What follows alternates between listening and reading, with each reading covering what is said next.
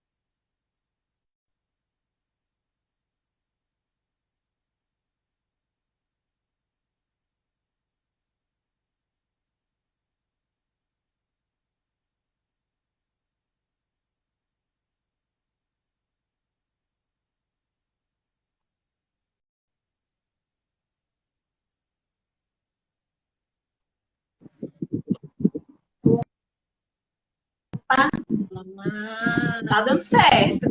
Tá dando certo. Vamos ver se eu viro, viu? É a conectividade. Pronto. Tô tentando aqui me organizar, né? Vai dar certo. Pronto, deu certo. Deu certo. Agora é só conexão não derrubar, né? Deu, dá certo. Vamos começar um pouquinho com as apresentações para que todo mundo entenda um pouquinho do que a gente está fazendo aqui hoje. Boa noite, né? A gente vai cumprir mais ou menos como o cronograma. A gente não vai iniciar propriamente dito agora, porque a gente já começou para as pessoas irem entrando, né? Para a gente começar, porque nós marcamos para as 19 horas.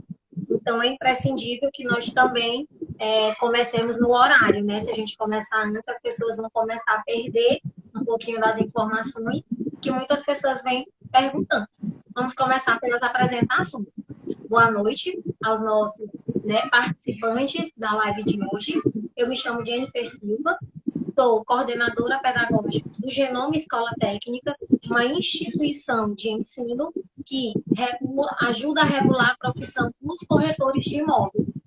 Nós ofertamos o curso técnico de transações de imóveis para que os alunos, né, as pessoas que têm interesse em se transformar corretores de imóveis, consigam por meio do curso. Então, para que eu seja um corretor, qual é a primeira medida? É eu fazer o curso técnico de transações imobiliárias numa instituição regulada, que tenha respaldo legal e que me certifique, no sentido de eu poder pegar meu certificado e levar até o órgão regulamentador da profissão, que é o CRES da sua região, da sua cidade, para que você se regulamente. Então, a gente viu, a professora Alexandra vai fazer a apresentação dela técnica, né? Eu sou graduada em Pedagogia e Contabilidade, pós-graduada em Docência do Ensino Superior, Psicopedagogía, Educação Especial, gestão escolar e mais algumas coisinhas, né? Que a gente precisa fazer. E também sou técnica de transações imobiliárias. Também sou registrada no conselho. Até coloquei no banner para que ficasse claro. E agora eu vou deixar a professora Alexandra Lamin se apresentar. Tudo bem? Boa noite. Sou a Alexandra Lamin. Muito prazer em poder, nesse momento, né, tão difícil, a gente ter esse canal para a gente poder trocar essas experiências tão ricas que nós temos no dia a dia. Sou corretora de imóvel, sou professora da instituição Genoma há 5 anos, com muito orgulho, nas disciplinas de legislação. A minha formação é direito, embora eu atue como corretora e praticamente vivo esse ramo imobiliário todos os dias da minha vida. É um ramo que eu escolhi há 6 anos, mais ou menos. Sou muito grato a todas as pessoas que me ensinaram, né, a todos os lugares que eu passei, que eu aprendi, e eu tenho muito orgulho de poder compartilhar com vocês em um bate-papo informal. Eu até estou aqui meio brilhosa, assim, para poder vocês entenderem que é um meio lindo, é um meio rico, não é um meio difícil de você conviver, de você lidar. Você só tem que trabalhar direitinho, seguir as regras que a Caixa pede, o que o corretor tem que fazer para ele ser habilitado, tudo corretamente. Então, assim, eu quero trazer para vocês de uma forma técnica, embora seja uma forma didática, mas uma linguagem clara, uma linguagem que quem é meu aluno sabe que eu não procuro trazer a nossa língua, a língua do dia a dia, o que a gente pode passar.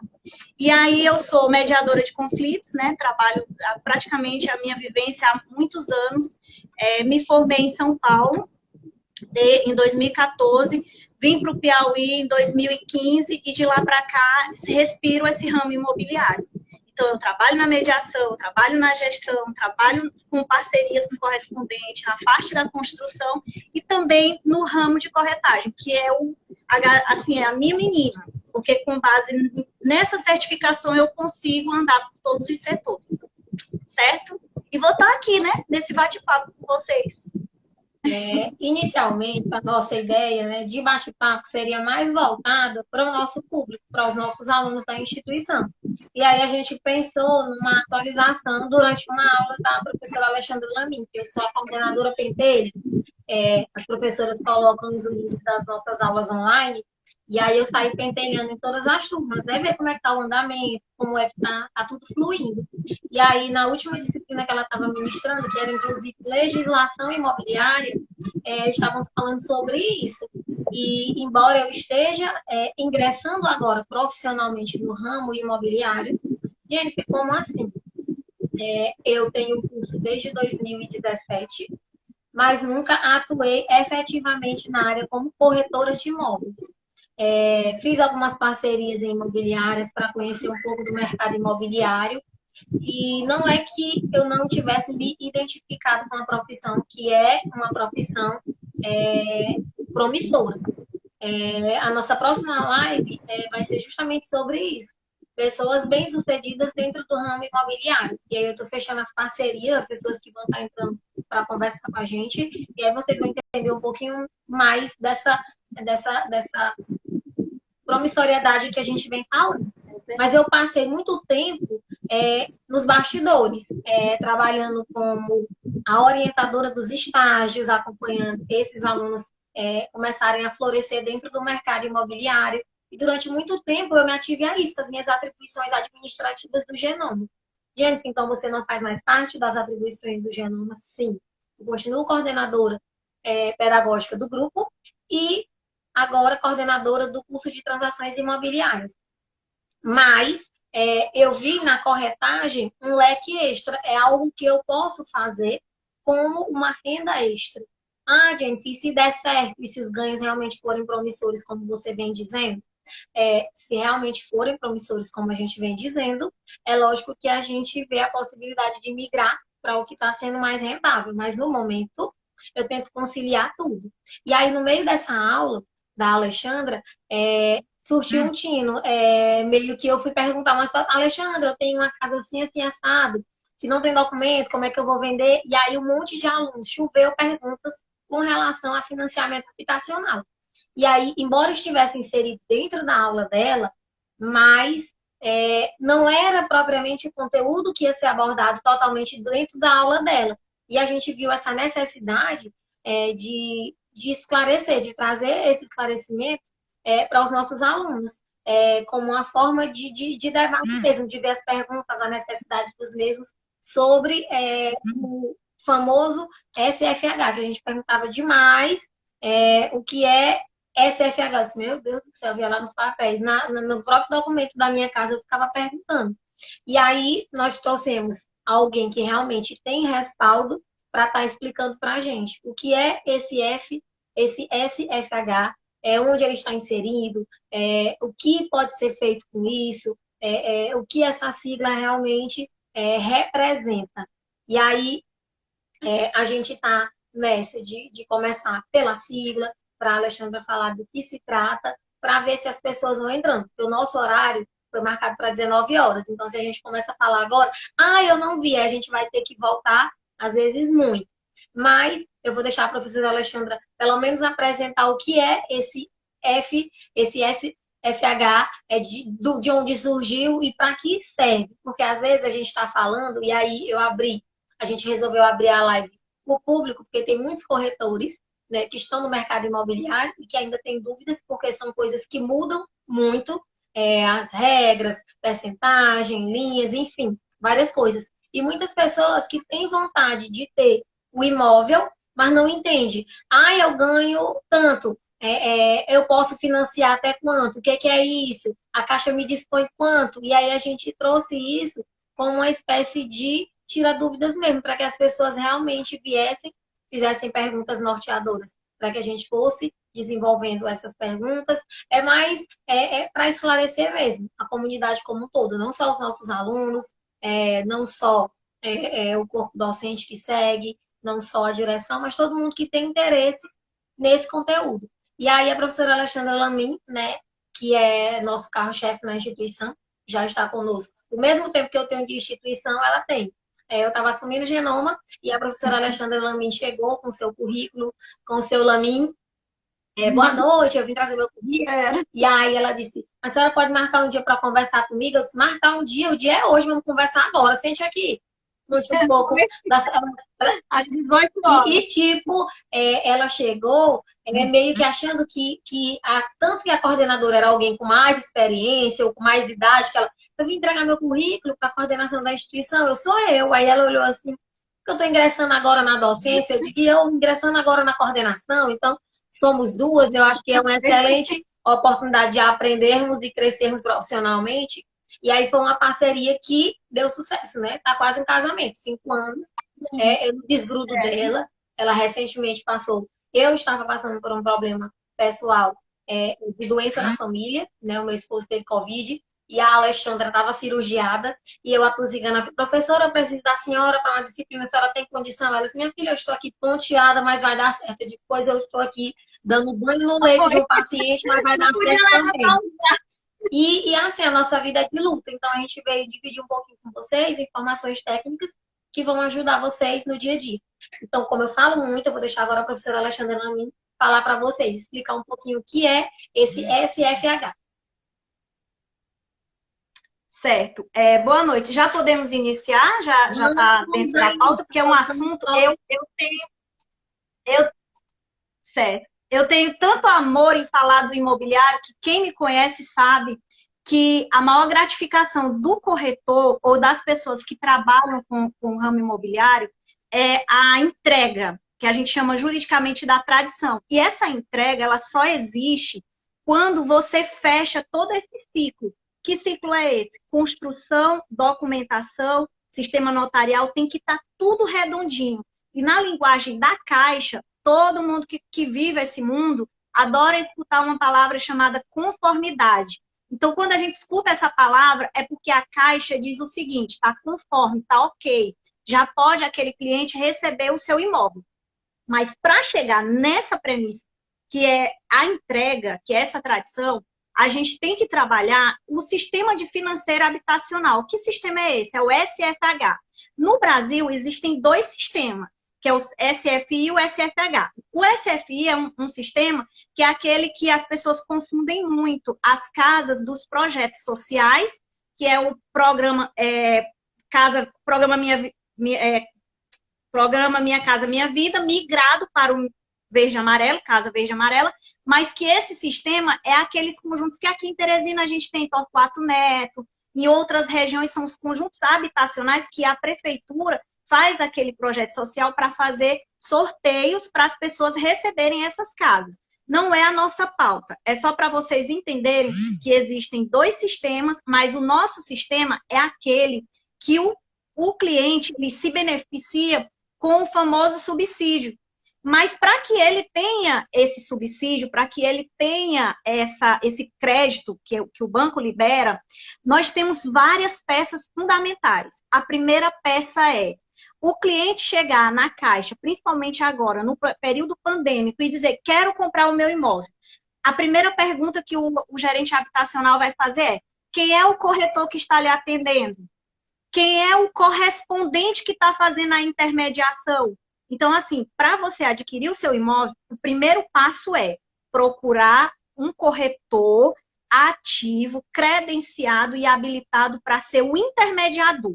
O corretor ativo é aquele que faz um curso de técnico em transações imobiliárias, segue a ética do corretor, que são várias resoluções que o Confesse oferece, tem uma ponte muito próxima do CREF, que é o nosso Conselho Fiscal, e ele, além de ter esse requisito do TTI, que é o curso de técnico em transações, ele tem que se credenciar e receber a sua carteirinha, que agora, na informatização agora de tudo ser digital, a gente tem um aplicativo que você nem precisa ter a sua carteira impressa, você só apresenta a sua foto lá credenciada. Com esse requisito, o corretor ele precisa passar confiança para o cliente vai entregar a vida dele para o corretor. E aquele corretor, ele precisa juntar uma documentação necessária. Essa documentação ela é levada ao correspondente imobiliário e o correspondente vai fazer o quê? A aprovação daquele cliente. Esses três pontos entre correspondente, corretor, correspondente e banco é que vai finalizar esse processo. E o sistema da financeira habitacional, ele é o quê? Uma lei federal, foi criada em 1964. Como eu falei para vocês, nós não vamos falar termos técnicos, a gente está trazendo uma linguagem clara, uma linguagem precisa para que o povo entenda. O objetivo da live é alunos, que eu estou assim, querendo até teclar e não estou conseguindo, ex-alunos, e as pessoas que realmente têm a curiosidade de saber o que significa. Eu não estou aqui para falar de lei, o que é? É os conceitos. E esse sistema, ele tem o quê? Ele envolve a capacidade do cliente de ter uma renda comprovada. Essa renda, gente, é muito simples. O correspondente, ele é obrigatório orientar vocês, como corretores, a que documentação vocês precisam recolher do cliente. O corretor, ele precisa sondar. Qual é a capacidade de pagamento? É um termo muito técnico. Qual a capacidade de pagamento? Eu sempre digo, hoje eu posso estar pobre, amanhã milionária. Então, não julguem o cliente pela aparência ou pela situação que ele está apresentando naquele momento. O corretor, ele tem que ter esse psicólogo. Por quê? Hoje eu posso estar ganhando, sei lá, R$ 1.500. Eu não estou conseguindo comprar um imóvel em Teresina, mas eu posso ir para as regiões adjacentes. Ou então, eu posso daqui a um ano passar num concurso público e ganhar R$ 10.000. Então, o que vocês, como corretores e como cliente, vocês precisam entender que não subestimem a capacidade atual, o corretor não deve subestimar o cliente e nem muito menos o cliente achar que não vai comprar porque ganha pouco. Gente, o financiamento habitacional é muito simples. É seguir a documentação. Qual é a renda comprovada desse cliente? A renda é carteira assinada, você pode receber recursos do FGTS, você pode ter MEI, microempreendedor individual, você pode ter imposto de renda. Então, são várias rendas que quem vai lhe dar esse suporte? O corretor fazendo ponte com o correspondente. Amarrou tudo direitinho, nós vamos ter um requisito primordial. é chamado simulação. Essa simulação, ela vai dizer que, de fato, qual a possível capacidade, a possível liberação de crédito que o banco vai disponibilizar para aquele cliente. Então, tem muitos clientes que eu, agora, como visão de corretora, eles ficam com receio de entregar o CPF. Gente, quando você vai comprar, você tem que ter uma certeza do que você quer. E quem vai lhe dar essa certeza? É o banco. Então, trazendo para o sistema financeiro habitacional. Foi criado pelo governo em 1964. Olha que privilégio, foi criado assim na ditadura. Então, assim, qual é o objetivo desse sistema? É organizar as cidades, é fazer com que as cidades tenham loteamentos, tenham construções organizadas. Então, aí o que acontece? O principal intermediador hoje, a gente usa muito o termo Caixa Econômica. Por quê? Banco do Brasil e Caixa são os bancos credenciados a trabalhar com esse sistema Programa Minha Casa Minha Vida. O que difere desse sistema, que logo nós vamos descobrir que tem outro, é que esses bancos, eles, com esse programa, o cliente consegue ter um desconto. Esse desconto chega a 16 mil, 19 mil. Quem vai dizer? É o banco. Mas o cliente apresentando um dependente, um filho que seja menor, ou uma mãe ou um pai que não trabalha, quem vai orientar corretamente é o correspondente. Qual é a linha de sucessão que se enquadra nos dependentes? Tudo isso o corretor tem que pensar. Eu falo para os meus alunos, pensem, indaguem, questionem, porque se vocês não fizerem isso, o mal do professor é que fala demais, mas às vezes o falar demais pode atrapalhar, não sei, mas em compensação você tem que orientar. É muito rico você entregar um imóvel e o cliente te parabenizar porque ele tem consciência do que ele foi orientado. Então esse sistema, gente, é um sistema por meio do FGTS. Você consegue abonar as parcelas quando você tem um saldo de FGTS. Então ele te dá esse empurrão para você adquirir a sua casa própria. Então eu tenho a Caixa. Ok. Não, pode terminar. Pode falar, professor. Não, pode terminar. É porque se deixar Não, lá... é só essa informação que a senhora passou, que é muito importante. Tanto para os clientes entenderem, né, um pouquinho disso, as pessoas que venham a ser possíveis clientes. Depois eu vou vincular esse vídeo até no IGTV, porque pode ser ter pessoas que tenham interesse em ver depois. Esse fator que a senhora colocou é de suma importância, de ter um dependente, porque às vezes quando a gente vai fazer a entrevista, a anamnese com o cliente, para pedir a documentação dele, você tem um dependente? Não, o senhor é casado? Não, a gente tem que muitas vezes falar no termo popular. O senhor não é casado, mas o senhor mora junto com alguém, o senhor divide a casa, e aí... Aí a pessoa, não, eu convivo com a pessoa, mas eu não tenho documento. Mas você convive, porque o documento ele pode ser providenciado a qualquer tempo. Essa questão de ter esse vínculo com a Caixa Econômica. Qual é esse vínculo, Jennifer, que a pessoa tem com a Caixa Econômica? Se você tem 3 anos de carteira assinada e durante muito tempo a Caixa exigiu que fosse 3 anos consecutivos. Hoje ela tem essa flexibilidade. Você, ao longo da vida, somatizou 3 anos, já te dá um benefício. Jennifer, qual é o benefício? As taxas de juros do teu financiamento vão ser inferiores. Às vezes, quando a gente pergunta para o cliente se ele tem 3 anos, ele diz logo que não tem, porque ele imagina que a gente está querendo utilizar o FGTS dele numa possível entrada, e não é. É para melhorar a parceria dele junto ao banco. Quando ele tem um dependente, um pai, uma mãe, um filho, ajuda a aumentar o subsídio dele, porque vê a necessidade. Não, essa pessoa ela tem mais necessidade, porque ela tem pessoas que dependem dela, e com essa renda, ela precisa ter essa ação. Então, quando a gente pede a sua documentação completa, quando a gente pergunta, não é para ser invasivo na vida pessoal do cliente, é porque são informações imprescindíveis para melhorar o financiamento. E isso tudo muda no resultado final. Jennifer, que resultado final? Eu comprei uma casa da Alexandra Lamin. O financiamento da casa, o esposo dela, ele tem uma construtora, e a casa valia hipoteticamente 130 mil reais. Ótimo. Eu comprei a casa, mas a Alexandra Lamin conseguiu para mim 0 de entrada. Eu não tive que dar entrada, eu não paguei taxas cartorárias, e a prestação ficou um valor muito bom. Eu achei a taxa de juros ótima. É, quando eu vou fazer a propagação para outros amigos, jamais eu vou dizer, rapaz, a casa era 130 mil.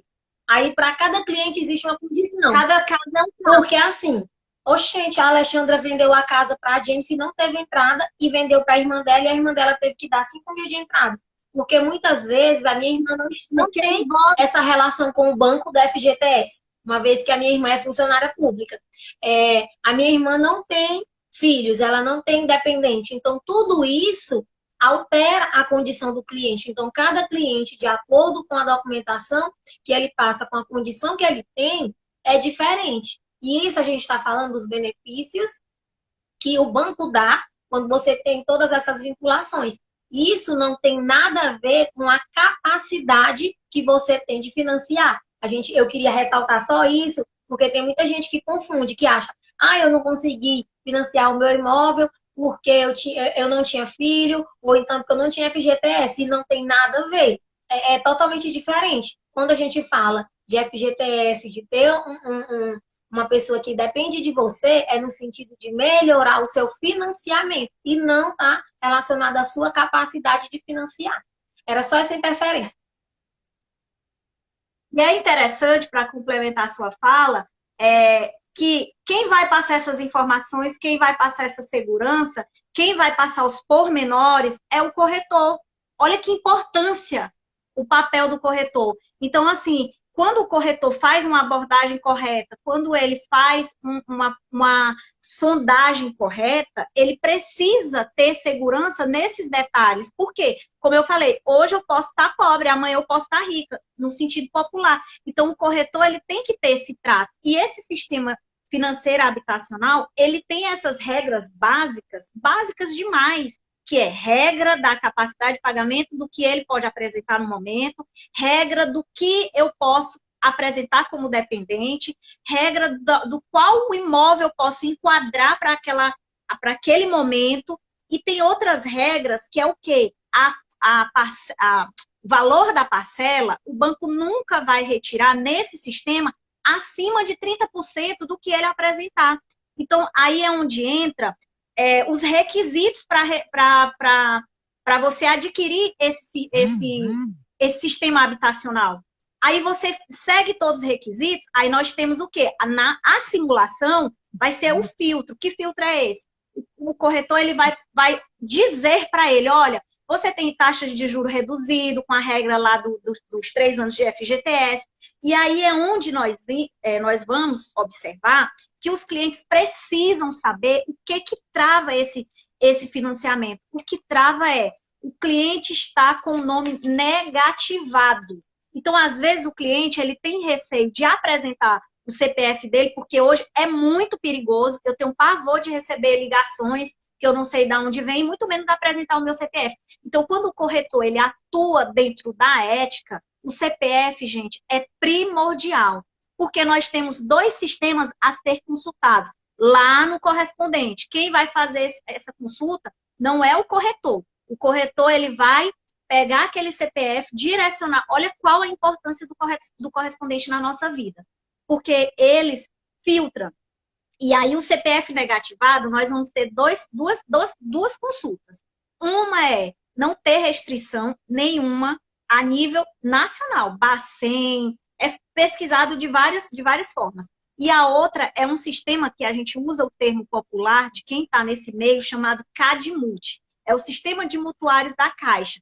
Esse sistema vai dizer o quê? Que é um dos requisitos você nunca ter registrado no seu nome em nenhum cartório a nível Brasil um imóvel. Porque se você registrar aquele imóvel, professora, mas eu vou ser impedido de comprar minha casa, meu apartamento? Não, porque aí vem o plus. Aí nós vamos entrar em outras linhas de crédito que outros bancos também ofertam, que é a nossa linha SBPE. Já eu vou falar para vocês o que é essa sigla, para não confundir.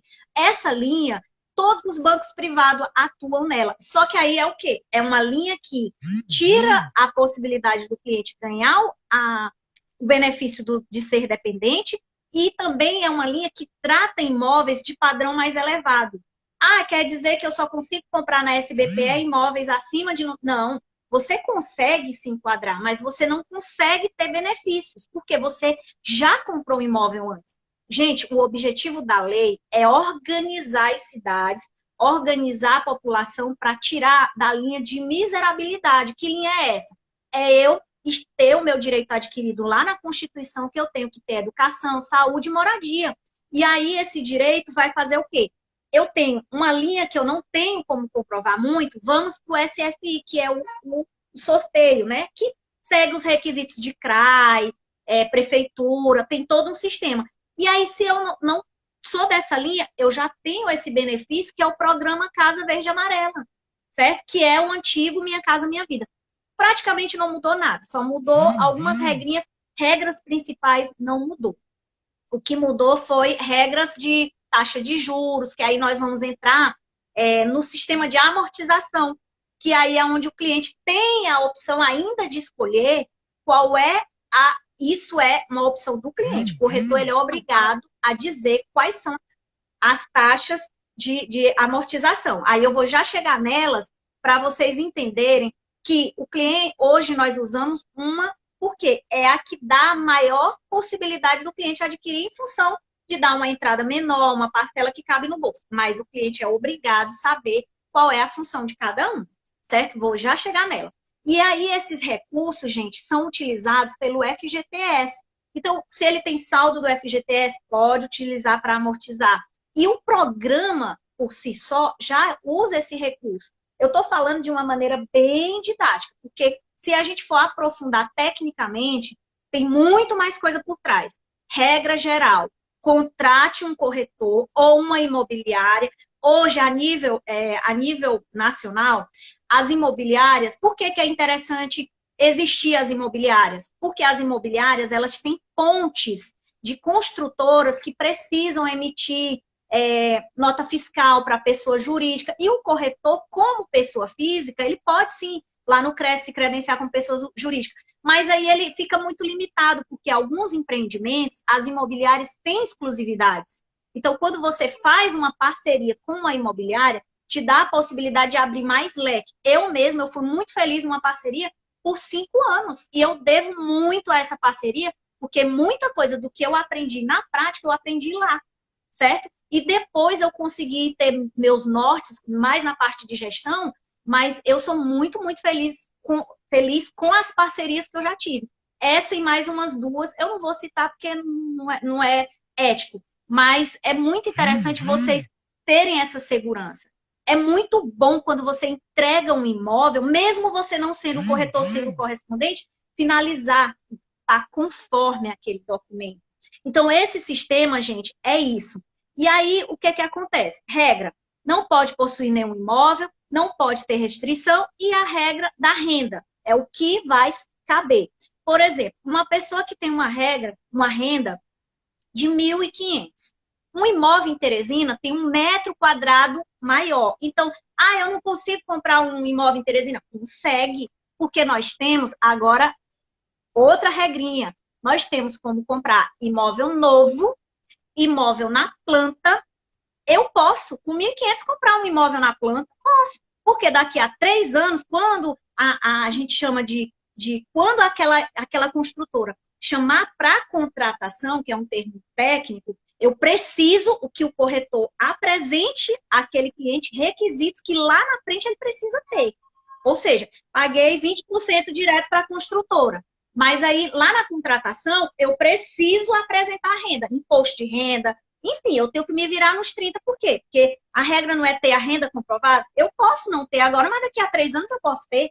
Eu posso passar no concurso. Então, nós temos imóvel novo, que é contratação direta. Chegou, apresentou, aprovou, recebeu o imóvel. Imóvel, isso as linhas de crédito. Imóvel na aquisição e construção, eu posso ter um terreno e contratar uma construtora para fazer a minha casa naquele terreno. Ótimo, outra linha de crédito. Imóvel na planta. Quais são os imóveis na planta? Em Teresina está cheio. Que são aqueles imóveis que você tem a possibilidade de morar num condomínio, morar de uma forma programada. E ainda temos o imóvel usado, que aí eu vou deixar lá para o finalzinho, porque é onde vem as muitas perguntas como eu posso adquirir qual a linha de crédito, que na verdade, na prática, está sendo totalmente deturpada. Eu sou altamente contra a forma como está sendo vendidos imóveis usados, certo? Por quê? Porque nós, infelizmente, no mercado, nós temos vendedores de imóveis, infelizmente, e não corretores de imóveis. Quem está sendo esperto, está saindo dessa linha de conforto, está fazendo uma inscrição numa escola técnica, o que é um ano, você se dedicar um ano para você ter... Eu tenho muito orgulho, eu sou formada em Direito. Nunca você vai me ver subestimar a minha categoria de corretor, porque é dela que eu sobrevivo, é dela que eu vivo. Então, eu podia muito bem, eu sou formada em Direito, me formei em São Paulo. Não, eu amo ser corretora. E aí, quantos vendedores de imóveis hoje, na necessidade, cresce, graças a Deus, ele está atuando bastante nessas fiscalizações, porque é inadmissível você vender um imóvel e você não saber o que você está vendendo, principalmente imóvel usado. Nós vamos chegar lá. Imóvel usado é um câncer que está acontecendo, porque você está adquirindo um imóvel e fazendo contratos que, na língua popular, é chamado contrato leonino. É a minha posição, embora o professor não deva ministrar a sua posição, mas eu, como corretor, eu posso. Eu não estou aqui como professor, então, como corretor, eu posso dizer que o melhor caminho é se credenciar e se legalizar. Então, vamos no sistema de habilitação, de amortização. Nós temos 2 sistemas, gente. É a SAC, que é um sistema... A SAC é o sistema de amortização constante. Que sistema é esse? Na língua popular. Você paga um valor mais alto de entrada, você paga uma mensalidade mais alta, porém, ela vai decrescendo. Ela é um mínimo, mas decresce. O cliente vai saber que está pagando nesse primeiro momento, porque eu posso pagar, mas daqui a 30 anos eu estou contratando um serviço que custa R$500. Daqui a 30 anos eu estou pagando 100. Um exemplo. Essa é a SAC. Qual é o cliente que você vai trazer para essa SAC? O cliente que pode seguir essa regra. Olha, eu tenho um dinheirinho, que eu vendi um carro, eu estou com um saldo aqui, eu quero dar uma entrada boa, quero que minha mensalidade seja X e eu quero não ter problema de aumentar minha parcela. Isso é a orientação que você tem que passar. O outro, gente, é um sistema chamado Sistema Francês de Amortização, que é o PRAIS. Que sistema é esse? Fácil de explicar. É um sistema que eu pago uma entradinha mais baratinha, pago uma mensalidadezinha baratinha, porém eu pago as parcelas sazonando. Lembrando que a regra geral não pode ultrapassar 30% do salário vigente, do salário apresentado. Então é um sistema que não dá para você se assombrar. A parcela vai aumentar, mas você sempre vai ter condições de pagar. Porque o salário mínimo de hoje não é o mesmo daqui a 30 anos. Então, você vai ter sempre, quando se organizar e manter a sua linha, você vai ter sempre condições de pagar. Esses são os 2 sistemas de amortização mais utilizados. Nós temos um que foi muito divulgado, a Caixa fez muita propaganda, que é chamada TR, taxa referencial. Na simulação, já veio até algumas nomenclaturas com a TR. Dá uma redução de taxa de juros? Dá. Perfeito. O juro baratinho. O que é problema na TR? É que subjetiva de acordo com a inflação. Então, se o ano que vem a inflação está 0, que aí vocês vão procurar onde? Não é a professora que vai dizer. Vocês vão procurar lá na internet, que tem um site chamado FGV, e vocês vão ter ideia de quanto é que está as amortização, as taxas de juros, porque essa parte aí é a parte contábil. Eu realmente posso lhe dizer a parte teórica. E aí, o que acontece? Sistema de taxa referencial, subjetiva. Então, muitos não adquiriram ela por conta da nossa situação atual. Porque o que é mais interessante? Eu posso pagar mais e lá na frente a mensalidade ser menor, ou eu posso pagar o que sempre eu vou poder pagar, que é a price, certo? Sempre vocês vão escutar saque ou price. E o corretor é obrigado a dizer para o cliente que existem as duas e o cliente é que vai dizer qual é a que ele vai querer. Na aprovação, o correspondente vai imputar essas informações no sistema de acordo com a simulação. Olha, vocês não têm noção da importância do correspondente. Então, assim, são 3 polos. cliente, correspondente e caixa. Aliás, corretor, correspondente e caixa. O cliente, ele está ali circulando nos três. Se ele pegar e ir lá na caixa, ele vai adquirir o imóvel, primeiro, nem entra. Porque lá no banco agora, para entrar, Deus nos acuda. Então, tem que seguir essa regra. Por isso que o papel do corretor tem que ser importantíssimo nessa negociação. Certo? Ok? Tem alguma pergunta, professor? Não. Tá tudo lindo. Não? Pois aí, eu vou falar. Aí eu falei das modalidades, né? Que é o imóvel novo, o imóvel na planta, e agora eu vou falar sobre o imóvel usado. O que é o imóvel usado? O imóvel usado, nós temos aquele imóvel antigo, que nós temos vários programas aqui em Teresina, por exemplo, tem o PA, que era um programa antigo, tem casas da Coab, nós temos vários programas. Esses imóveis usados, aí eu vou falar a forma legal. Você pode sim vender o imóvel e pegar uma pessoa que queira fazer um financiamento, aí a pessoa vai lá no banco, no correspondente, que aí muda a simulação para imóvel usado, e o banco vai liberar o recurso. Que recurso é esse? O banco pode liberar, tem situações que é 50%, 60%, 70%, enfim, vai ter aquela regrinha do quanto é que você vai apresentar de renda, mas aí a liberação de crédito ela é menor. Por quê? O imóvel novo chega até 80%. A usado, não. Ele entende que teve uma depreciação do produto, tal, e aí ele dá uma margem menor. Então, quem compra legalmente faz ou compra à vista, de forma legal, ou faz esse financiamento para poder saber quanto que o banco vai dar de liberação e depois ele consegue adquirir o imóvelzinho dele lindo, maravilhoso. A forma que está ocorrendo hoje, que infelizmente está virando febre, o cliente passa por todo o crivo de um sistema que dura muito tempo para poder ser liberado o crédito dele. Gente, quando você escuta essa palavra conforme, eu falto soltar foguete, porque eu sei que é difícil a análise de crédito da Caixa. Aí o cliente recebe a casinha dele, a gente faz toda uma pompa para a entrega da casa. Com 6 meses ele diz assim, quero vender minha casa. E aí, aonde que entra? Os vendedores de imóveis, não é corretor. Aí vem um cliente e diz assim, fulano, vizinho, eu te dou R$1.000 aqui para vender minha casa.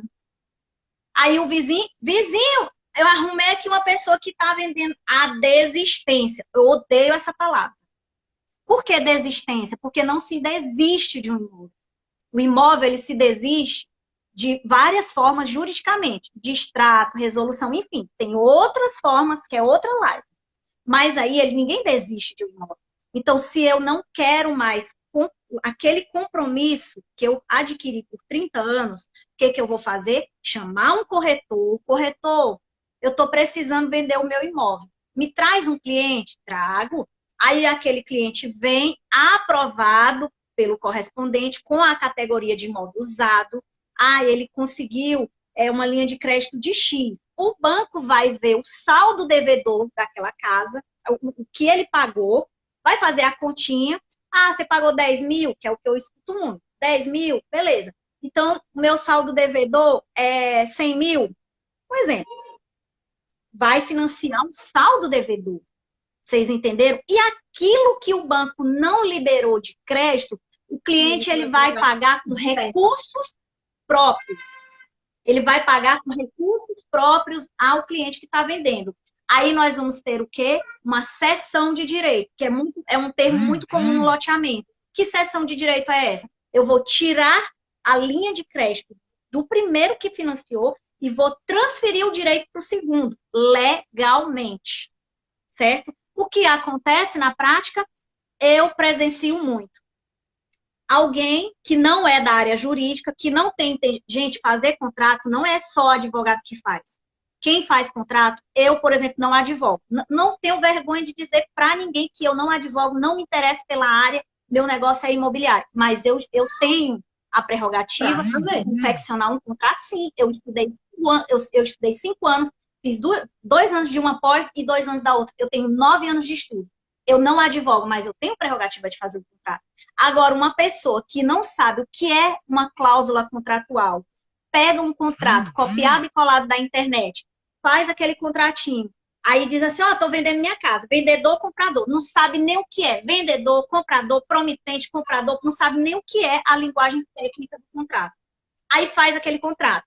Vai para o serviço notarial, que é o nosso cartório de registro, né, de imóvel. Primeiro, que ele já vai para o registro de imóvel, que ele vai registrar o quê? Vai registrar o contrato? Pode se registrar contrato. Lá no registro de imóvel, pode se registrar qualquer contrato. Só que esse contrato vai ter... Não tem nenhum valor que legal. validade esse contrato vai ter? Porque eu estou vendendo uma coisa que não é minha. Até porque eu, como habilitada, financiada, eu tenho a posse do meu bem. Até a quitação é que eu vou ter a propriedade. Então, eu estou vendendo posse da posse. Aí, o que que acontece? Chego lá, é chique. Vamos fazer uma procuração. Eu odeio. Porque procuração, ela é revogável a qualquer tempo, a qualquer dia, a qualquer hora. Eu tive casos concretos que uma pessoa teve um aneurisma e ela veio a falecer. Por quê? Ela comprou na ilegalidade. Quando ela chegou lá na Caixa, o gerente viu que o imóvel dela estava no leilão. Sabe por quê? Porque ela pagava para aquele... Não, eu lhe vendo, mas você me paga as parcelas. E eu que vou pagar, porque infelizmente, a senhora vai pagar, só que a pessoa também não estava pagando, já não morava na casa e não estava preocupada. Que é o que a grande maioria faz. Aí, infelizmente, o que que aconteceu? A pessoa foi morar em São Paulo, sumiu no mundo, a mulher morando na casa, todo mês apresentando um comprovantezinho que estava pagando para o dito, que era o que estava credenciado no banco. Quando chega o oficial de justiça, sua casa vai para leilão. Eu juro, essa mulher teve... Eu não vou dizer a cidade, porque a gente tem que ser ético. A mulher saiu branca, desmaiou na frente da agência, só deu tempo de chegar em casa. Olha o que aconteceu com a vida dessa mulher. Ela deu 14 mil de entrada, ela pagava 1 ano de parcelinhas, porque a pessoa que vendeu disse, não, eu faço tudo, mas como está ainda credenciado no meu nome, eu vou receber as parcelas e vou repassar. Sumiu. Ninguém sabe nem se essa pessoa morreu.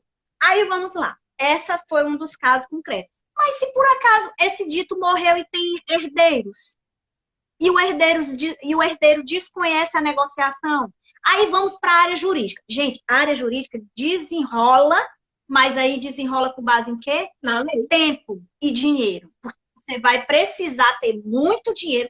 Tem manobras jurídicas? Tem. Eu não vou dizer que não tenha. Tenha. Mas você precisa ter um dinheirinho que você vai morrer e não vai pagar. E a ação não vai resolver. A gente não vai entrar no que pode ser resolvido. A gente vai entrar que é uma coisa ilegal. O que é legal no imóvel novo? Eu compro, eu passo pelo financiamento, vejo como é que eu posso... Eu posso dar bicicleta, posso dar carro de recurso próprio. Não me interessa. O banco não quer saber. Ele quer saber que você vai pagar pelo crédito que ele vai liberar. E aí você fica com seu imóvel lindo e maravilhoso, no seu nome, pagando seu boleto 50 anos, se o banco permitir. Certo? Agora, infelizmente, virou câncer essa história de... Eu tenho muitos grupos que eu atuo numa cidade pequena, e eu tenho muitos grupos que eu fico só... Eu não vou até dizer muito, porque senão vão até me tirar dos grupos. Eu fico só vendo. Vende-se desistência de casa, tal e tal. E eu... Desistência? Primeiro que não se vende desistência. Se vende imóvel. Certo? Então, essa é a regra para um imóvel usado. Quer um imóvel, quer comprar? Vá no seu corretor, vá no seu correspondente, pegue seus critérios que você pode e aí compre e durma sossegado o seu imóvel. Não compre de quem é vendedor, compre de quem é corretor. Até porque eu ministro aula há 5 anos para formar corretores de imóveis e eu não posso, de maneira alguma, apoiar essa causa. Era para eu ser milionária se eu apoiasse, mas não apoio. Então, assim, conclusão.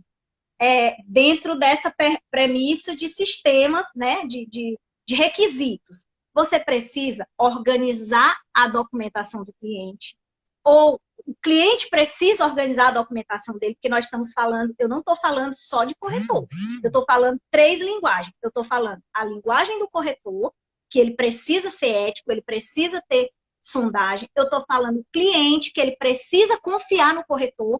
E estou falando banco, que é o nosso ponto final. Então, se você não entender esses 3 pontos, vai ter problema. Então, eu preciso que seja feito a organização da documentação. O cliente oferece seu CPF, faz a consulta bonitinha. Eu faço uma simulação. Eu digo qual é a prévia. Gente, simular não é aprovar. Simular, o nome diz. Tem cliente que tem... Ah, não, não vou dar porque... Não, eu não posso.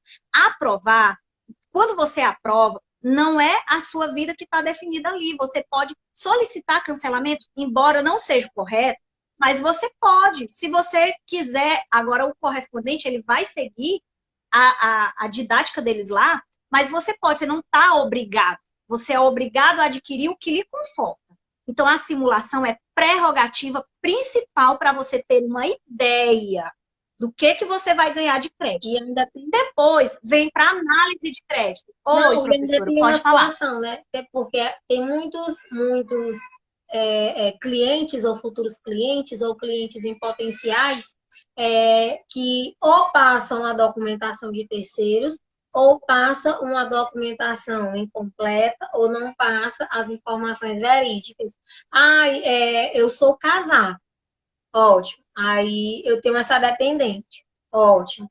Aí faz a simulação com dependente, com tudo. Aí faz a análise, faz a simulação. Olha, o senhor vai ter uma entrada X, porque o senhor tem dependente, o seu valor da sua parcela.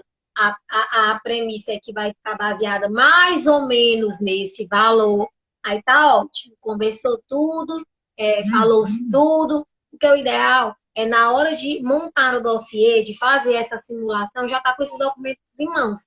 Mas a gente confia no cliente, né? Ele vai falando, a gente vai colocando. E aí, na hora de trazer o dossiê, o cliente traz.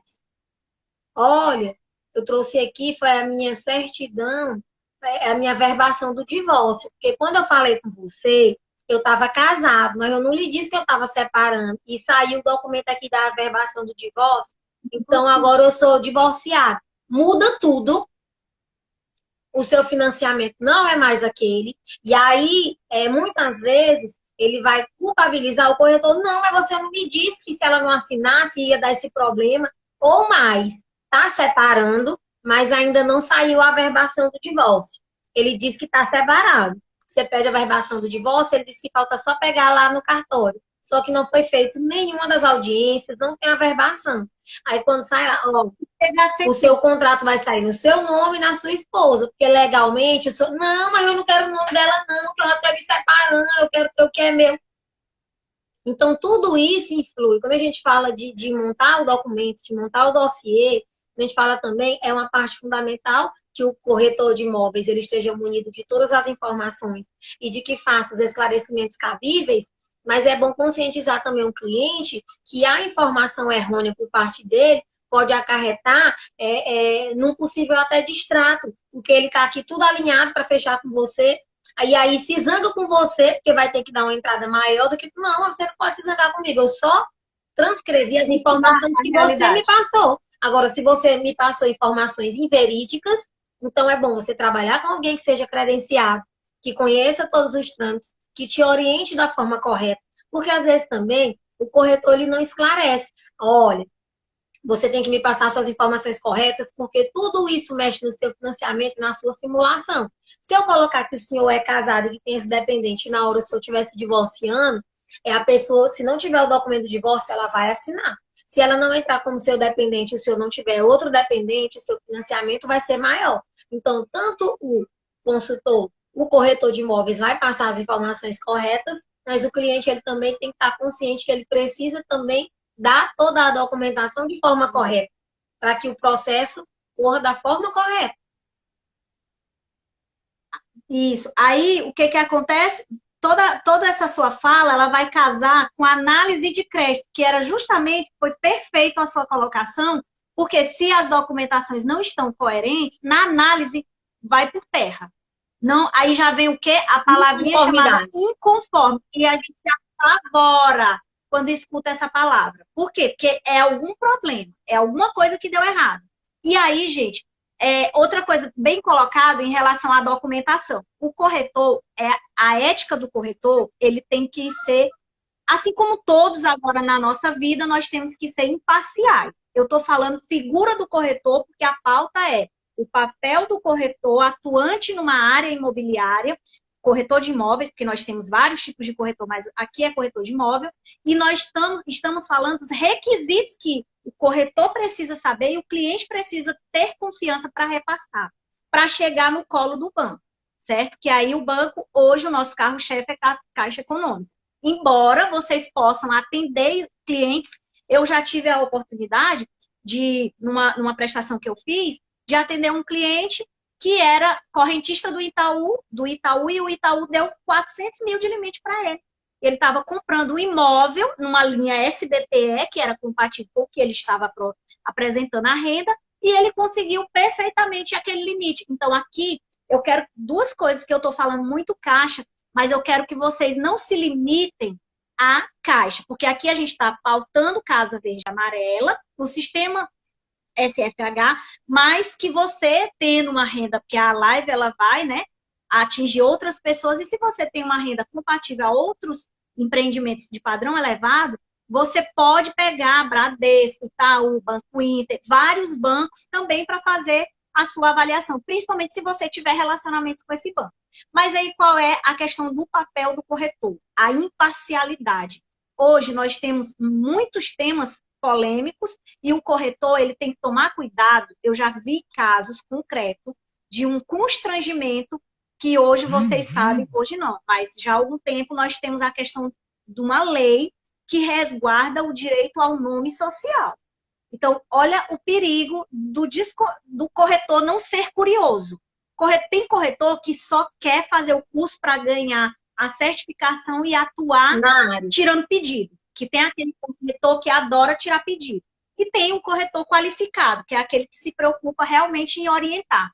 E aí eu vi uma situação, não vou dizer os nomes, que a ética não permite, mas a pessoa, ela era trans, e aí tinha um nome social, ela era trans mulher, né, toda perfeita. E o nome, no nome do registro dela era de homem, porque ainda não tinha sido feito a ação para fazer o assento da mudança. E aí, na hora de apresentar, o corretor chegou, fulano de tal. E a pessoa sabia que era ela e ficou calado. Porque como é que você está com uma pessoa, atendendo uma pessoa, você vê que a pessoa é mulher. Gente, trans não é... Ou, se a pessoa está se apresentando mulher, ela é mulher. Você fala o nome dela, é o nome. Se eu quero ser chamada de Maria, é Maria. Não vou chamar de José, porque o RG está dizendo que é José.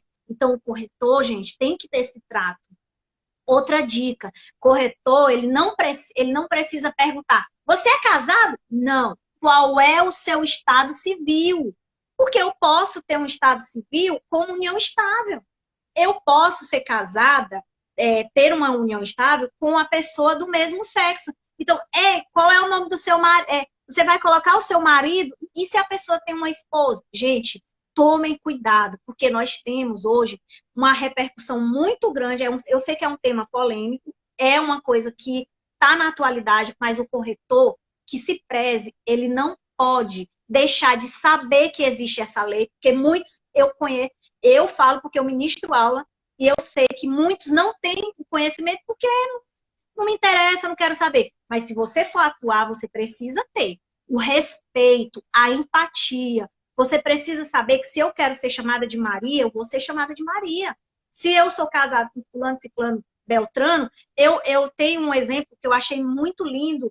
Uma pessoa que eu conheci e a gente precisou fazer uma apresentação. Eu sempre dou esse exemplo e eu achei lindo. Ela disse, eu sou fulana de tal, no meu documento, porém, o meu nome social é tal e eu me classifico como tal, porque ela tem uma outra classificação.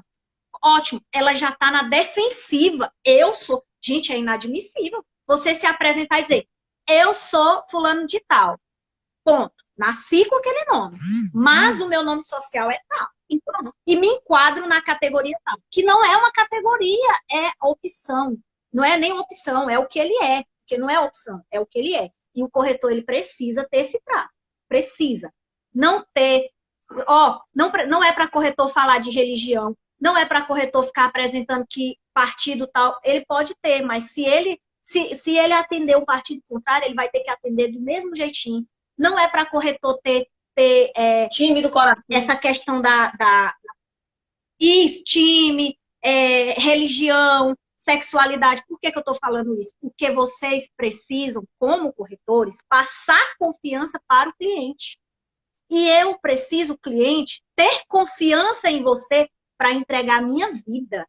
Eu vou lhe dizer, o meu CPF, que hoje é ouro, eu vou lhe dizer todos os meus dados pessoais, eu vou lhe dizer se tenho filhos, porque se eu tenho dependentes, eu vou lhe dizer se tenho filhos, eu vou lhe dizer que meu pai e minha mãe não trabalham, porque pode entrar como dependente, eu vou lhe dizer que tem união estável com alguém que muitos até têm vergonha de dizer, alguém do mesmo sexo, eu vou ter que dizer para poder compor ou uma união estável como dependente ou como sociedade na compra do imóvel. Eu vou ter que dizer a minha renda. Se eu ganho 50 mil reais, 100 mil, eu tenho que dizer para o corretor. E, consequentemente, o corretor vai fazer o quê? Levar para análise de crédito. E a análise de crédito tem que ser o quê? Imparcial, porque lá vai ser imputada a vida do meu cliente lá dentro, certo? Para o banco liberar o crédito. Aí, feito toda essa explicação, o que eu quero dizer? O corretor, ele precisa ter esse cuidado. Por isso a importância de você estudar. Por isso a importância de você ter a ética na escola, que você vai ter o seu preparo para o mercado. Se você não quiser utilizar, é problema seu, mas a internet, graças a Deus, tem muitos recursos que você pode agregar. No YouTube tem tantos canais maravilhosos de corretores bem-sucedidos, eu não vou falar porque a gente não está para ficar divulgando, mas tem muita coisa. E aí, vamos lá, conclusão. Feito toda essa documentação, aí a empresa também, que é a construtora, ela precisa ter a conduta inabalada. Qual? Ela precisa apresentar uma construção que corresponde ao que a Caixa quer, ao memorial descritivo da Caixa. Então, a responsabilidade não é só corretor, cliente e banco, não. Construtor também tem responsabilidade. E aí, quando o construtor, no âmbito do imóvel novo, ou na aquisição, ou no imóvel na planta, se ele receber medições, que a aquisição é as medições que a Caixa vai fazendo e vai repassando. É um termo técnico chamado PIFUI, que é uma planilha de custos que você apresenta ao banco, o banco vai lhe dizer que você apresenta que gastou e o banco vai lhe repassando gradativamente. Isso no imóvel na aquisição. Imóvel novo, fez o imóvel todo bonitinho, aí é a vida do construtor. Um laudo.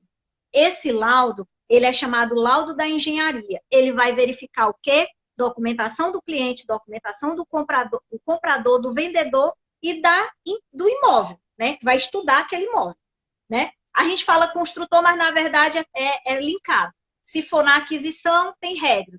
Mas vamos lá, é do imóvel.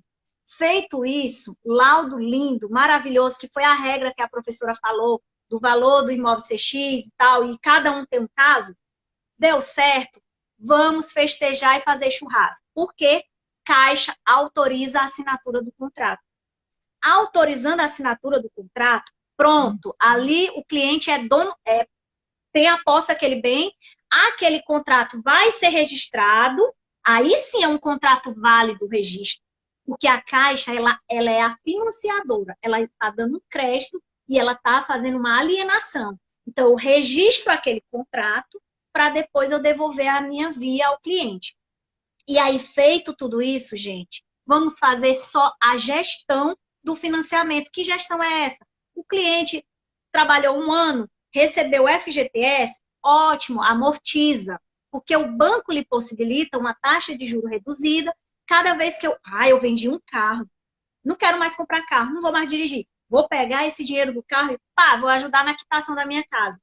Pronto, vai lá, conversa com o gerente habitacional, e aí você amortiza sua casa, recebe uma taxa de juros, e aí vocês vão viver felizes para sempre, fechando o ciclo do financiamento imobiliário. Aqui é só uma historinha, porque no meio do caminho, às vezes, tem premissas. Mas é assim que tem que funcionar. Corretor ético, corretor passar confiança, cliente confiar, correspondente ser correto, porque ele tem que receber a documentação e respeitar os prazos. Correspondente não é para perder documentação, graças a Deus que agora é tudo digitalizado. Correspondente não é para arquivar documento, é para prosseguir com aquele financiamento para chegar lá na Caixa e a Caixa está conforme, que é a palavra mais linda que eu escuto na face da terra. É a conformidade da Caixa. E é isso, gente. Tem alguma pergunta? Eu acho que eu falei muita coisa sobre tudo. Principalmente, acho que as principais dúvidas, elas foram sanadas, principalmente pela explicação, que era uma das coisas que volta e meia eu via pessoas do meu ciclo, sempre perguntando. Gente, a Caixa, ela financia imóvel usado? E financia. A gente nem entrou muito na parte documental, mas eu vou até pedir para a senhora só pincelar um pouco, porque eu estava esperando as dúvidas, mas não surgiram, não digitaram, né, na verdade. Que a maioria das pessoas pergunta. E é uma das coisas que levam as pessoas a fazer essa compra ilegal com pessoas que não são credenciadas, o que elas vão te dizer. Legalmente, o imóvel ele tem a premissa de ter tais documentações para poder ser financiado pela Caixa. E aí a Alexandra vai falar, porque eu vou deixar que é da área dela. Mas o documento, um imóvel para ser vendido, ele precisa ter tais documentos. Se você não tem algum deles e os mesmos não podem ser tirados, então você não pode financiar pela Caixa.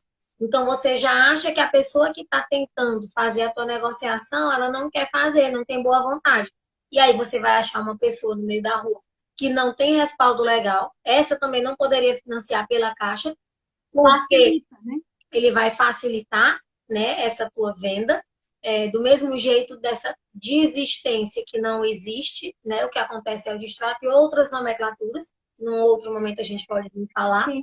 Mas eles vão te oferecer, não, mas a gente faz um contrato de gaveta que vai ser registrado no cartório, mas que legalmente não vai ter nenhum valor legal. E você vai ter que pagar à vista, porque não vai haver um financiamento para esse valor. Então, muitas vezes as pessoas, gente, o que é que não é legal do imóvel usado? Primeira coisa, você tem que saber se é um imóvel que tem toda a documentação correta que a Alexandra vai já esclarecer. Segundo, a Caixa, ela vê que aquele imóvel foi depreciado. Então, para ela vai investir com certeza um valor de financiamento inferior a de um imóvel novo. Por quê? Porque o imóvel novo, ele já vem com a seguridade de 5 anos, ela já tem todo um respaldo técnico, vai, sim, um engenheiro da Caixa, da instituição, para avaliar, ele avalia tudo. A estrutura do imóvel, se realmente aquele imóvel vale aquele valor que está sendo pedido. Porque muitas vezes, construtores vão querer um valor X. Digamos, o construtor quer 140 mil. O engenheiro, ele foi lá, viu toda a estrutura, viu a casa, viu acabamentos da casa, tudo que foi utilizado o engenheiro da Caixa. Só vale 130 mil. Aí vai ser um acordo interno. O construtor, ou ele vai passar por esse valor, porque ele vai ter a garantia de receber, ou ele vai aventurar, olha, você vai ter que me pagar esses 10 mil, eu posso fazer isso parcelado. Isso é fora a entrada que você vai ter que dar de acordo com o seu financiamento. Então, entra vários critérios, porque as pessoas acham que é só porque é imóvel novo, tem facilidade. É porque existe toda uma seguridade. A Caixa, ela vai fazer o que é bom para o cliente, o que dá seguridade para o cliente. Nem sempre ele vai levar em consideração eu vou levar em consideração o construtor. Ele entende assim, o construtor é o lado forte, ele tem recurso. O meu cliente, ele é o lado fraco. Então, eu vou oferecer o financiamento dentro das bases legais. Então, eu não vou beneficiar o construtor, eu vou beneficiar o meu cliente. Então, se eu acho que a casa vale menos, ele vai oferecer, ele vai informar que o valor avaliado naquele imóvel é menos. Até porque taxa de cartório, TB, tudo é baseado em cima do imóvel. Então, se ele superavaliou o imóvel dele e a Caixa avaliou lá embaixo, tudo que vai se pagar acerca daquele imóvel é baseado nesse valor que a Caixa avaliou, uma vez que ela é a financiadora.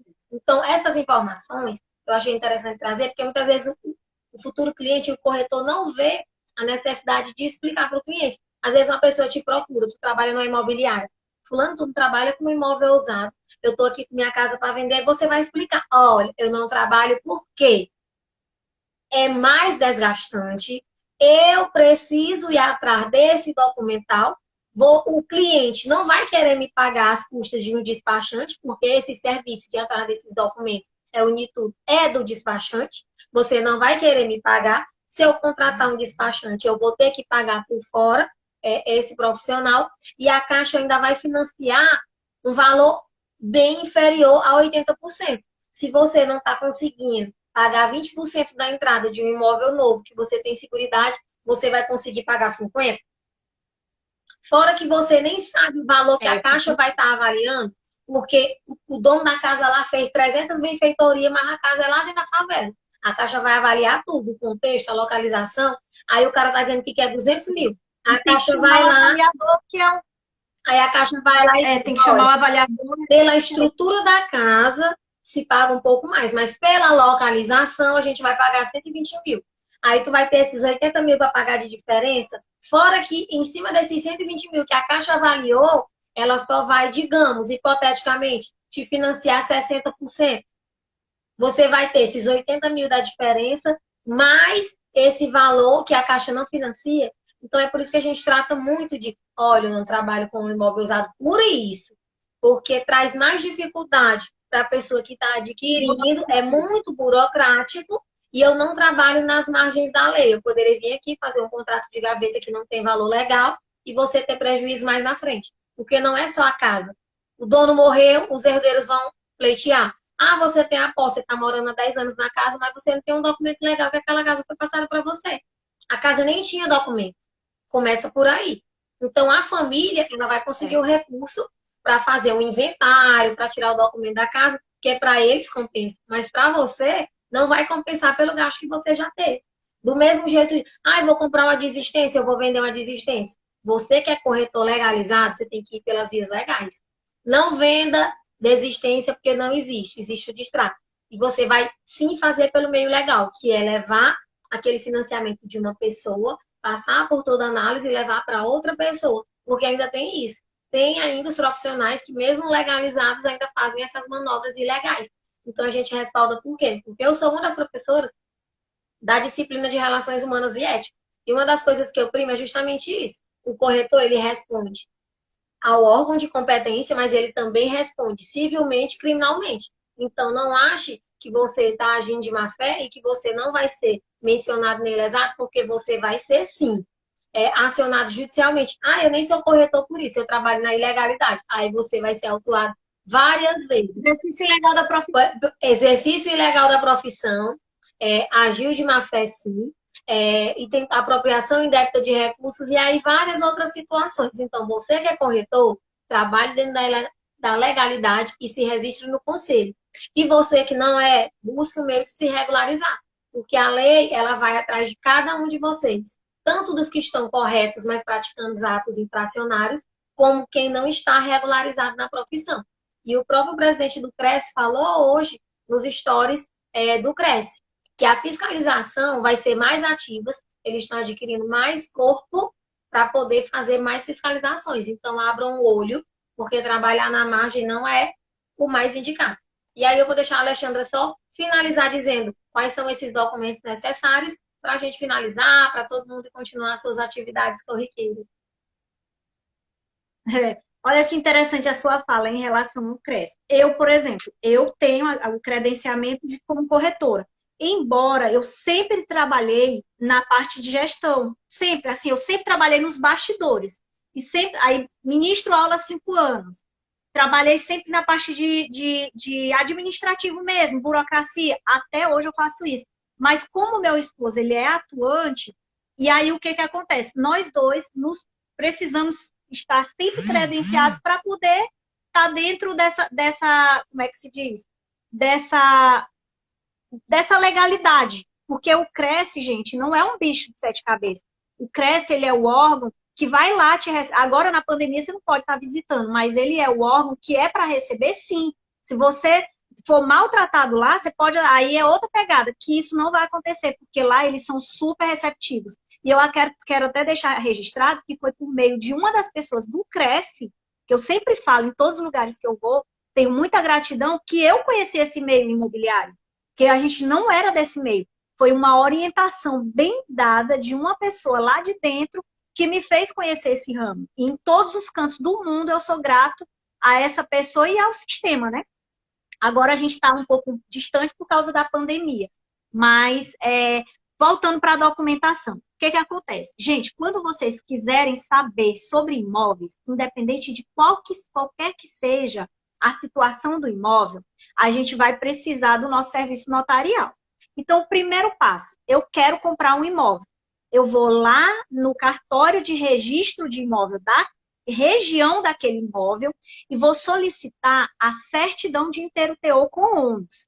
Essa certidão é obrigatória ser expedida para qualquer pessoa na face da terra que esteja munido de documentos que faça o cartório buscar aquela certidão, no mínimo uma matrícula. E aí, o que eu faço? Vou lá, solicito a certidão. Lá vai ser identificado quem é de fato que registrou aquele imóvel por último. Se foi a Caixa, que era o órgão financiador, tá lá naquela certidão, como alienação fiduciária, que é outro tema. Se foi doação, qualquer que seja o instituto, vai estar lá naquela certidão. E se também não constar o nome da pessoa, tem alguma coisa errada. Aí foi feito o quê? Passado aquele imóvel a terceiro e não foi registrado. Então, o primeiro passo é procurar a certidão. Aí, o segundo passo, gente, os programas sociais daqui, tem Coab, lá em São Paulo tem CDHU. Aí, o que você vai? Você vai justamente naqueles órgãos pesquisar como é que está a situação daquele imóvel. Porque esse Coab, CDHU, PA, eram programas sociais, assim como o Casa Verde e Amarela. O PA, por exemplo, eu posso quitar o meu imóvel e depois de 2 anos que rege lá no contrato é que eu posso vender aquele imóvel. Então, vocês precisam procurar esses órgãos para entender quais são as cláusulas contratuais que estão embaraçadas. O que é embaraçadas? É impedindo daquele imóvel ser negociado. Em Teresina, nós temos um problema seríssimo de regularização imobiliária. Já tem leis, decretos, tem tanta coisa que fala e nunca se define. Por exemplo, alguns bairros de Teresina, cito, Alto da Ressurreição, era uma ocupação, era uma invasão no passado. Depois de um certo tempo, as pessoas conseguiram se manter, né, subtendo, que era para se manter naquele lugar, e a prefeitura viu que aquele lugar era viável, mantê-los ali, dando como títulos de posse. E aí aquelas pessoas, elas não têm registro daquela área. Elas vão ter um termo chamado justo título. Isso depois de um prazo que a prefeitura vai emitir. Regras, outro tema. E aí, feito esse prazo, receber o título de posse, onde é que você vai ver? Lá no CDHU, lá nos órgãos que é habitacionais da cidade. E aí é onde você vai ver se é permitido ou não vender. Porque Alto da Ressurreição tem uma regra. Vila não sei o que lá tem outra regra. Renascença tem outra regra. Então, que regras são essas? Vai depender do sistema habitacional daquela época. E aí, o que acontece? Feito essa busca, o que você pode fazer? Não, tá tudo registrado lá na certidão de inteiro teor, tudo bonitinho. Aí, o que a gente faz? A gente pega e vai fazer a transmissão desse bem legalmente. Vai ser escriturado. E aí, o serviço notarial é que vai lhe orientar. Ressalva, escritura de imóvel, ela pode ser feita em qualquer lugar do Brasil. Não é só no cartório de registro de imóvel, ela pode ser no cartório de notas em qualquer lugar do Brasil. Mas o registro de imóvel ele tem que ser no lugar que é aquele imóvel cravado. Então, o que acontece? Vocês precisam ir a esses órgãos e fazerem a busca. Se o cliente não pode, o corretor vai lhe ajudar, o despachante vai lhe ajudar, mas é preciso fazer essa busca na certidão. Essa certidão é que vai dizer a identidade. Vai dizer se ele tem ação, se ele está gravado, se tem alguma cláusula que impede, por exemplo, inalienabilidade, impenhorabilidade, incomunicabilidade. São alguns termos que ali pode impedir que aquele imóvel seja vendido. Você acha que vai vender ele de boa.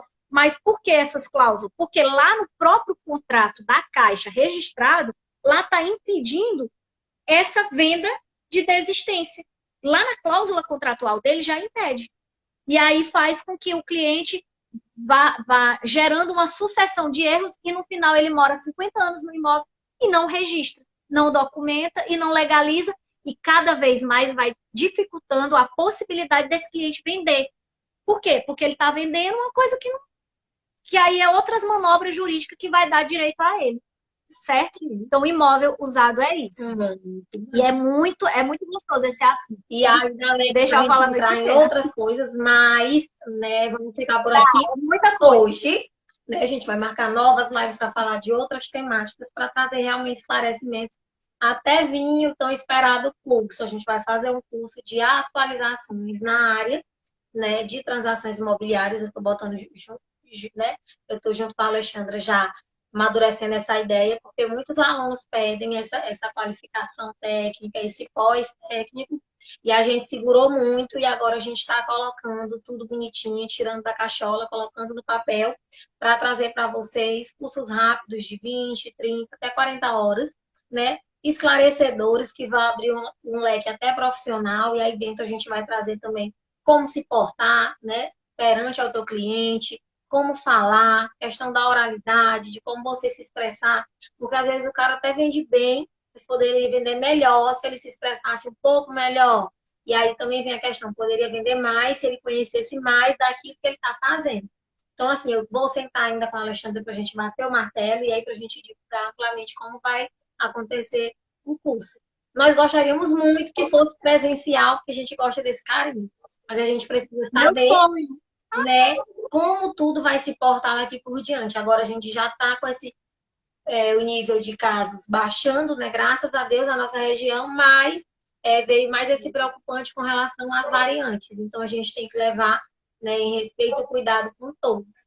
Eu queria deixar aqui, em nome do Genoma, um agradecimento especial para a professora Alexandra Lamin, que dispôs do tempo, porque a gente sabe que tempo é dinheiro, quem trabalha fora, principalmente mulheres, quando chega tem 300 atividades, aí quando você chega na rua, você tem que se arrumar para essa live, porque a gente não vem de qualquer jeito, a gente não vem de pijama, a gente se arruma toda, faz o make, né, deixa o marido com a menina ali fora.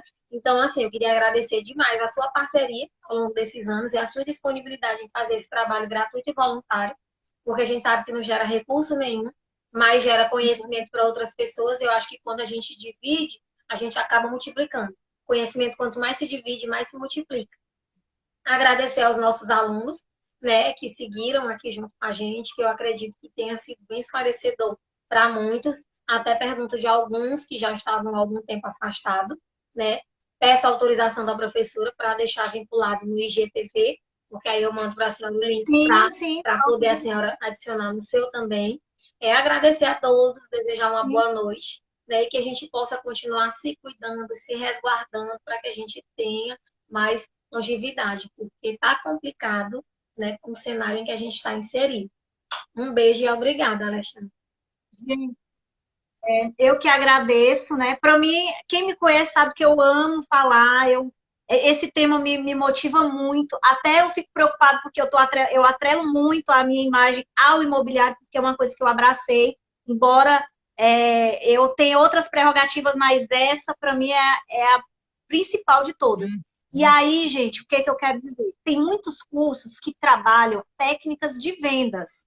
Eu sempre falo, a nossa área é a área seca, é a área do que o corretor precisa adquirir de conhecimento para ele utilizar recursos emocionais, técnicas de marketing, técnica agora com a mídia digital, muitas técnicas são agregadas, mas não adianta eu trabalhar o meu emocional, que agora está se falando muito de inteligência emocional, não adianta eu trabalhar doutrinadores da vertente de técnicas de vendas e não saber a raiz do negócio, não saber o que é um contrato, não saber o que é uma escritura, não saber o que é um sistema habitacional. Ah, eu vou saber vender. Vender é um conjunto. Eu tenho que valorizar aquilo que eu estou ofertando. Se eu estou ofertando um empreendimento top master Uber, que até uns alunos meus morrem de dar risada, eu tenho que valorizar aquele empreendimento com base no que eu tenho de conhecimento.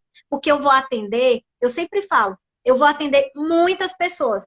E essas pessoas vão ter vários níveis de conhecimento. Eu posso utilizar o meu conhecimento quando for necessário. Eu já atendi auditor, já atendi juiz, já atendi várias pessoas. Então, não é que eu vou falar a linguagem do juiz, mas eu tenho que ter um mínimo de conhecimento, porque automaticamente ele sabe o que é uma taxa de juros, ele sabe o que é uma amortização, porque é um entendimento diferenciado. Então, eu tenho que ter o conhecimento para eu utilizar na hora certa. Eu sempre falo, eu amo festividades no interior. Eu não entendo nada de vaquejada, mas eu adoro ser madrinha de vaquejada, porque lá eu boto minhas roupinhas simples e ninguém sabe quem eu sou. Agora, eu não posso chegar lá e dizer, sou fulana de tal, não sei o quê, não sei o quê, não sei o quê. Ou seja, a gente se enquadra de acordo com o perfil que a gente está atendendo. E do que adianta eu ter a inteligência emocional e técnica de venda se eu não sei nem o que é um sistema de amortização, se eu não sei nem o que é um SFH, se eu não sei nem o que é um imóvel na planta? Essa é a preocupação do corretor, é ele ser polivalente. Ele conhecer muita coisa e usar na hora certa. Tem hora que você dá um até de conhecimento técnico do imóvel. Sim. Eu tenho alunos que são engenheiros, eles dão assim uma explicação divina em relação à parte técnica. Eu estou aprendendo com eles ali na aula, trocando. Porque eu não sou engenheira, mas eu tenho a minha didática de apresentar os meus conceitos. Então, gente, eu quero muito agradecer a paciência, né? Porque é um tema complexo, é um tema complicado, mas eu estou sempre disponível, sempre, sempre, mesmo não podendo por bracinho assim, mas eu estou disponível. E se for para falar de imóvel 24 horas por dia, eu tenho muito prazer em compartilhar um pouquinho o que eu sei. E eu não sei nada, todo dia eu aprendo mais. Quando eu visito um correspondente, eu já digo, ai meu Deus, o que é que mudou? Eu sou tão bem recebida, principalmente aonde eu trabalho, que eu fico lá onde eu trabalho mais, que eu fico muito feliz, porque a gente vai aprendendo. Eu sou enxerida mesmo, eu quero saber. Vou utilizar? Não sei, mas eu quero saber. E assim a gente vai. Melhor. Mas a gente aprende, a gente vai repassando, né? É uma troca contínua. Gente, muito obrigada. Olha, obrigada. De coração mesmo, muito obrigada. Obrigada, Alexandra Laminha. Hoje foi até uma graça. A gente começou um pouquinho antes, justamente porque a gente estava nessa. Alexandra, como é essa live compartilhada? Porque eu faço muito nas minhas redes pessoais. Ela disse, mulher, nós vamos aprender junto. É aprendendo junto, que a gente divide e depois compartilha. E deu muito certo. Então, assim, eu não sabia. Deu certo com o nosso propósito. Como já está encerrando, eu tive uma invasão agora. Diga boa noite, pessoal. Olha que coisa linda, vi na barriga. E eu acho interessante. Oi, meu amor. Eu acho interessante porque eu falo muito no presencial e na parte tecnológica foi um aprendizado novo. É a primeira live que eu faço e eu fico assim. Eu fico, às vezes, até desconcertada na frente da câmera, porque eu gosto de ver a gente. Mas, enfim, a gente vai aprendendo. Hoje eu aprendi com vocês também. Tá bom? Um abraço. Beijo, obrigada. Beijo, beijo. Boa noite. Boa noite a todos. Muito obrigada pela paciência, né, e pelo interesse de vocês. E aí, gradativamente, a gente vai estar trazendo mais temas voltados para o ramo imobiliário, para estar fazendo essas articulações. Fica todo mundo com Deus e se cuidem. Tchau, tchau. Obrigada.